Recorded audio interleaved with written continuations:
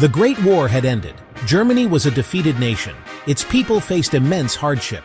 The Kaiser had abdicated his throne. A new republic was born in turmoil. This was the Weimar Republic. It promised democracy to Germans, but stability remained elusive for many. The Treaty of Versailles imposed harsh terms. Germany shouldered the blame for the war. Heavy reparations crippled the German economy. Territorial losses were significant and painful. The Rhineland was demilitarized completely. The German military was severely restricted. Economic woes plagued the young republic. Hyperinflation soon spiraled out of control. Adolf Hitler was an Austrian by birth. He served Germany in World War I. The defeat left him bitter and resentful. He believed Germany was stabbed in the back. He found his calling in post-war politics. His oratory skills were undeniably powerful. He joined the small German Workers' Party. This party would soon transform under him. Hitler quickly rose within the party ranks. He renamed it the National Socialist German Workers' Party.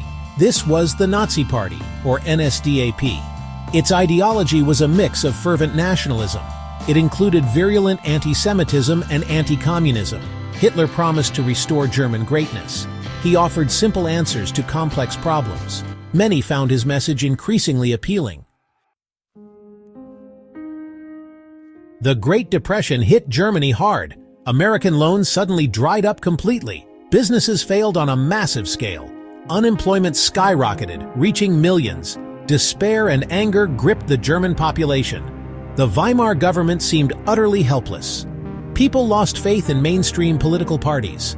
The Nazis skillfully exploited this deep crisis.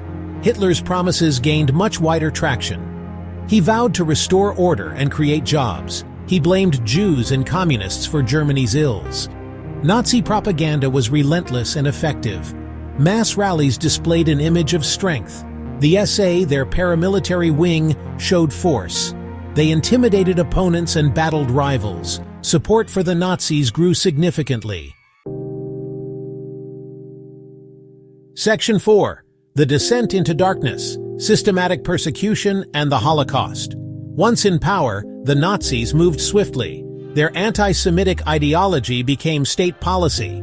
Jewish businesses were boycotted by stormtroopers.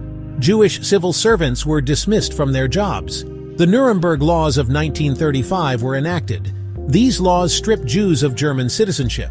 They forbade marriage between Jews and non-Jews. Jews became outcasts in their own homeland. Persecution escalated steadily over the years. Jewish property was confiscated by the state. Jews were excluded from professions and public life. In November 1938, a pogrom was unleashed. This was Kristallnacht, the Night of Broken Glass. Synagogues were burned across the entire country. Section 5. Conflagration, the world at war and German ambitions. Hitler's ambitions extended far beyond Germany's borders. He sought to overturn the Treaty of Versailles, which he viewed as unjust. He aimed to create a vast German empire, expanding aggressively. This empire was called the Third Reich, symbolizing a new era. Germany began to rearm in open defiance of international agreements. In 1936, German troops reoccupied the Rhineland.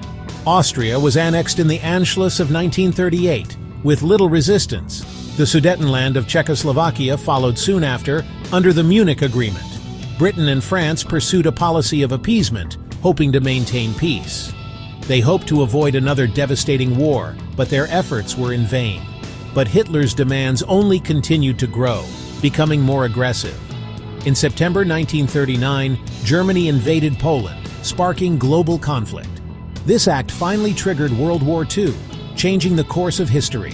Britain and France declared war on Germany, marking the beginning of a long struggle. The German military employed new tactics, revolutionizing warfare. Blitzkrieg, or lightning war, brought early victories for Germany. Section 6. Twilight of the Gods, the fall of the Nazi regime. The tide of war had turned decisively against the Nazis. Allied armies advanced from the west, pushing back the German forces. The Soviet Red Army pushed from the east, closing in rapidly.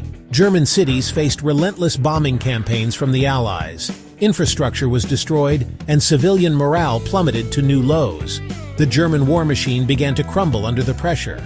Resources were scarce, and manpower was severely depleted. Desperate measures were taken by the regime to hold on. Hitler retreated to his bunker in Berlin, isolated from reality. He refused to accept the reality of defeat, clinging to delusions. He issued orders that could not be carried out by his depleted forces. He blamed others for Germany's impending collapse, growing increasingly paranoid.